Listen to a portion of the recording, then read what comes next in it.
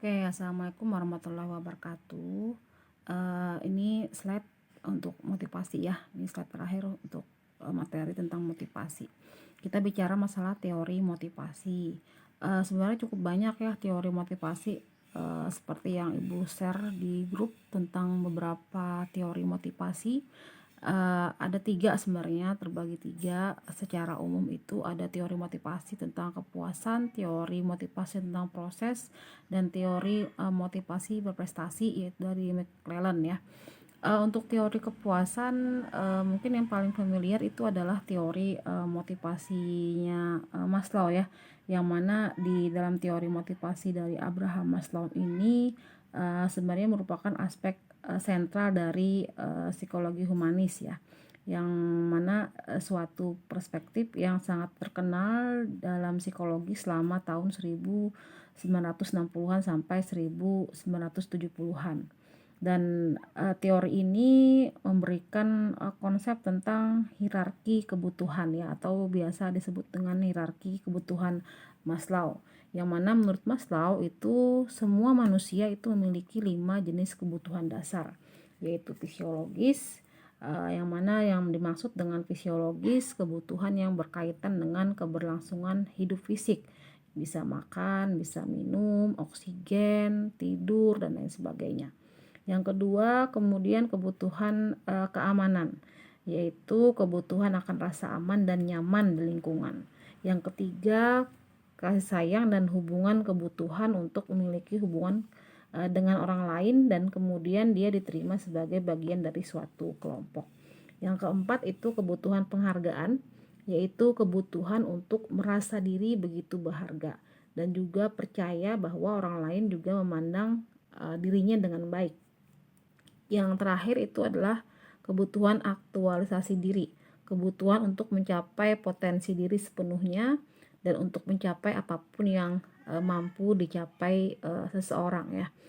Secara spesifik untuk teori kebutuhan Maslow ini, karena sifatnya tadi berjenjang, dimulai dari kebutuhan fisiologis sampai kebutuhan yang paling tinggi itu adalah kebutuhan aktualisasi diri, maka orang berusaha memenuhi kebutuhan fisiologis dulu karena paling bawah ya, kemudian baru memenuhi kebutuhan akan keamanan dan selanjutnya kebutuhan kasih sayang dan hubungan serta penghargaan.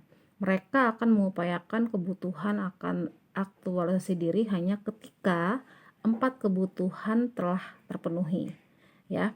Jadi misalnya nih ada seorang bocah laki-laki yang sebenarnya dia ingin apa ya, sebenarnya mungkin dia lapar atau haus dalam kondisi yang belajar. Tentunya untuk mencapai proses belajar yang baik itu tidak akan terpenuhi sebelum dia memenuhi kebutuhan fisiologis yaitu makan dan minum.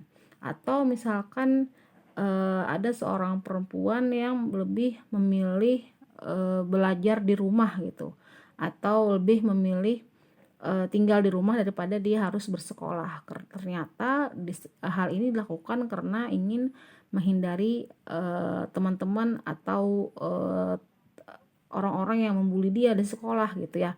Artinya kan kebutuhan keamanan anak perempuan ini lebih diprioritaskan oleh dirinya dibandingkan dengan aktualisasi diri yang mungkin telah dimilikinya gitu. Itu contoh dari hierarki kebutuhannya Maslow ya.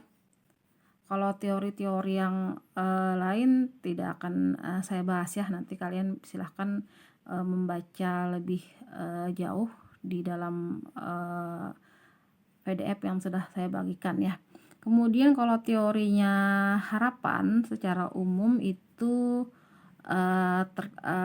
penemunya itu ada Victor Fromm ya, yang dalam judul bukunya itu adalah Work and Motivation, yang mengetengahkan suatu teori yang disebut sebagai teori harapan.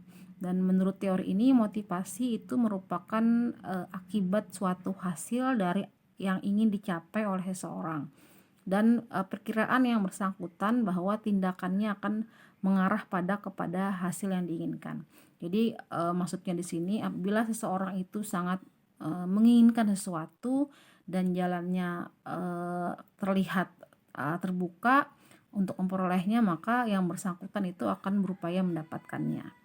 Dan teori harapan ini berkata bahwa jika seseorang menginginkan sesuatu dan harapan untuk memperoleh sesuatu itu cukup besar, maka ia secara otomatis akan terdorong untuk memperoleh hal yang diinginkannya itu. Sebaliknya, jika harapan memperoleh hal yang diinginkannya itu tipis, maka motivasi pun juga akan menjadi rendah ya. Itu secara umum teori tentang teori harapan. Kemudian yang terakhir itu ada teori yang juga seringkali familiar kita dengar, yaitu teori McClelland tentang teori kebutuhan berprestasi.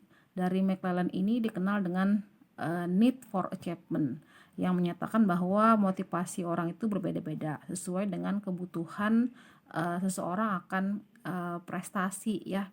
Bahwa ketika seseorang memang menganggap ingin mencapai sesuatu yang sifatnya bagi dia adalah prestasi, maka dia akan terdorong untuk mencapainya gitu. Menurut McClelland sendiri, motivasi berprestasi itu didefinisikan sebagai usaha mencapai sukses atau berhasil dalam kompetisi dengan suatu ukuran keunggulan yang dapat berupa prestasi orang lain maupun prestasi diri sendiri. Dan motivasi berprestasi ini sebagai suatu dorongan yang ada pada seseorang sehubungan dengan prestasinya ya. Bisa jadi prestasi itu menguasai, memanipulasi, mengatur, mengatasi segala rintangan, bersaing, mengungguli orang lain dan lain sebagainya.